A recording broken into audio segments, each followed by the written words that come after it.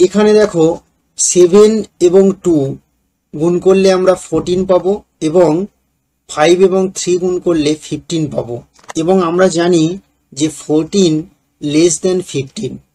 অতএব আমরা বলতে পারি √14 লেস দেন √15 বা 2 ইন্টু √14 লেস দেন 2 ইন্টু √15। উভয় পক্ষকে 2 দিয়ে গুণ করা হয়েছে। এবার উভয় পক্ষকে আমরা -1 দিয়ে গুণ করলাম। এর ফলে কি হলো দেখো, লেস দেন চিহ্ন গ্রেটার দেন চিহ্নে পরিবর্তিত হয়ে গেল। এটা কেন হলো? কারণ দেখো আমরা জানি 2 লেস দেন 3, কিন্তু আমরা যখন উভয় পক্ষকে -1 দিয়ে গুণ করব তখন কি পাবো? -2 গ্রেটার দেন -3, কারণ আমরা জানি -2 -3 থেকে বড়।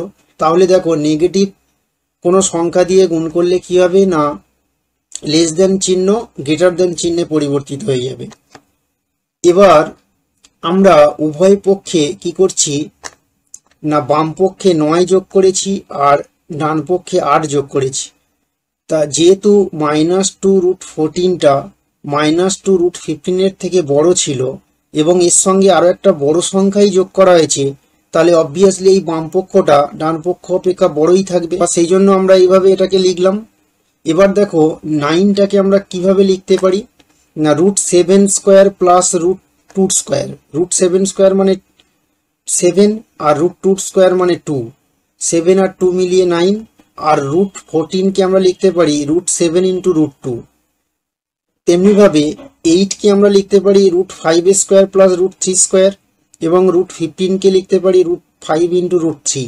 তাহলে দেখো এখান থেকে আমরা কি পাচ্ছি, a square plus b square minus 2ab। Similarly ডান পক্ষে একই রয়েছে, a square plus b square minus 2ab। তাহলে a মাইনাস বির হোল স্কোয়ারের সূত্র থেকে আমরা লিখতে পারি √7 minus √2 whole square greater than √5 minus √3 whole square. এখন দেখো √7 মাইনাস √2 এটা একটা পজিটিভ সংখ্যা, কারণ √7 √2 থেকে বড় হবে। তাহলে √7 মাইনাস √2 একটি পজিটিভ সংখ্যা, আবার √5 মাইনাস √3 এটিও একটি পজিটিভ সংখ্যা, কারণ √5 হচ্ছে √3 থেকে বড়।